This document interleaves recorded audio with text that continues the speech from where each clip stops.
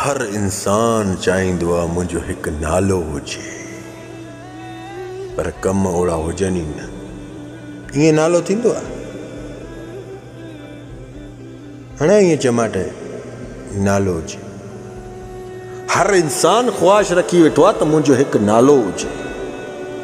अहिड़े ॾिस, मां जेको हे अमल ॼाण थो इनखे ज़हन ॾेई ॿुधिजांइ। ऐं जेको लेक्चर ॼाण थो न, उहो लेक्चर थो ॼाण। तूं क़बर में अंदरि सुतो पियो हूंदे, दुनिया में ॼण ज़िंदा हूंदे। अमल कजांइ। जेको इंसान चाहे थो मां हिकु सुठो हुजां, मुंहिंजो नालो हुजे, सभ खां पहिरियों त पंहिंजे घर वारनि खां शुरूआति कर।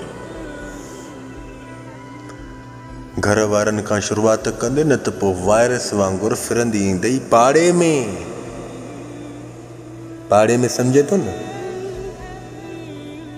घर भातियुनि सां सुहिणे तरीक़े पेश अच। घर जा जेके कमकार आहिनि सुहिणे इख़लाक़ सां, प्यार ऐं मोहबत सां उन्हनि जा कमकार कर,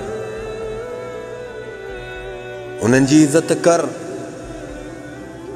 घर भातियुनि में जेकॾहिं भलो हूंदे न त यादि रखजांइ, इहो वायरस हूंदो अथई, पाड़े जी ज़ाइफ़ां बि घुमण ईंदी अथई।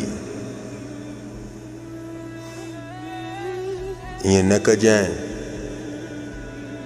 घर भातियुनि सां रखी वेठो अंदर में ज़ंग, ॿारनि माण्हुनि खे ॾेखारे रंग, इहा बि मुनाफ़िक़त अथई। घर भातियुनि खे बि सुहिणे तरीक़े सां इख़लाक़ ऐं प्यार मोहबत सां पेश अचिजांइ। उहो वायरस हिकु फैलिजी वेंदी पाड़े में। पाड़े वारनि मां जेकी इहे औरतूं वीचारियूं घुमण ईंदियूं न, पोइ इहे घर पंहिंजे मोटी वेंदियूं न, पोइ छा चवंदियूं ख़बर अथई? छा त फिलाणी जो पुटु हुयो, अल्लाह साईं, छा त माशाअल्लाह इख़लाक़ हुयसि, छा त हे ॾिस न पंहिंजे वरी औलाद खे ॻाल्हाए वेही रहंदियूं आहिनि त हे त असांजा हेॾा ॾांद थिया आहिनि, हिननि खे इख़लाक़ ई कोन्हे, घर में ॻाल्हाइण जी फज़ीलत ई कोन्हे।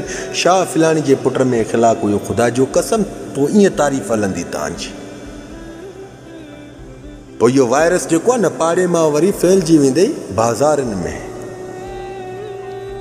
पर जेकी ॻाल्हियूं कयां तो इहे अमल कजांइ। इन जे लाइ छा करिणो आहे? सभ खां पहिरियों त पंहिंजे मन खे साफ़ रखिणो आहे। छो? रब तो चवे त रख मन खे साफ़ त कयाई माफ़। जेसि ताणी अल्लाह माफ़ न कंदो त तेसि ताणी तूं हिकु इज़त वारो थी नथो सघे। यादि रखजांइ, इज़त वारो बि उहो थी वेंदे जो तूं भले हिन दुनिया मां फ़ानी थी वञ, पर तुंहिंजो नालो ज़िंदा हूंदो। उन नाले जे वसीले तूं मोल बि ॼण ज़िंदा हूंदे। तुंहिंजी आसमान ते फ़रिश्ता बि तारीफ़ हलाईंदा, चर्चा हलाईंदा। अल्लाह जो कसम ग़लति ॻाल्हि नथो कयां। छो?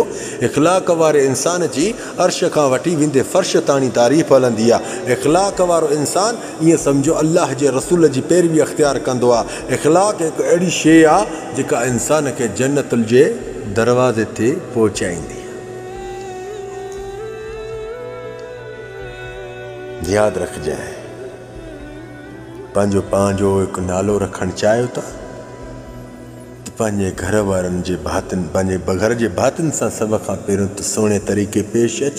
इहो वायरस फैलिजी वेंदो पाड़े में, पाड़े खां फैलिजी वेंदो बाज़ार में, बाज़ार खां बाद में हिकु तुंहिंजो नालो थी वेंदो।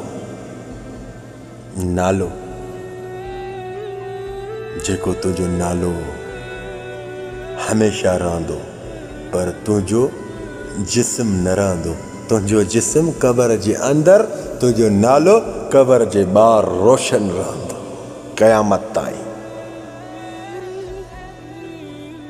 यादि रखजांइ, अल्लाह जो हिकु ख़ल्क़ियल इंसान गुलाब जो गुल।